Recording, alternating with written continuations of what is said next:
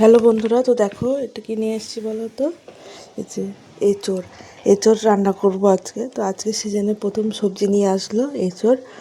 তো দেখো আমাদের এখানে কিন্তু এঁচোড় এরকম কাটাই পাওয়া যায়, বাজার দিয়ে আনলো। আর চিংড়ি মাছ দিয়ে এঁচোড় করবো। এঁচোড় চিংড়ি আর এনেছে চিংড়ি মাছ, এই যে বড় বড়। যে এঁচোড়টা আমি ঢেলে নিলাম, আর এঁচোড়টা একটু গরম জলে ভাপাতে বসিয়ে দেবো। আমি মাছগুলো বেছে নিচ্ছি, আর এদিকে এঁচোড়টাকে ভাপাতে বসিয়ে দিয়েছি। এই যে এদিকে কড়াইয়ে দিয়ে নিয়েছি তেল, আলুগুলো দিয়ে নিলাম, তারপর পেঁয়াজ দিয়ে কষিয়ে নেব।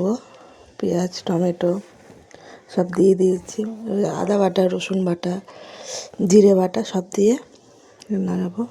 এই যে এঁচোড়টা দিয়ে দিলে, এঁচোড় চিংড়ি মাছ সব দিয়ে দিয়েছি। এই যে কষানো হচ্ছে, এই যে হয়ে গেছে। আমি জল দিয়ে দিলাম। দেখো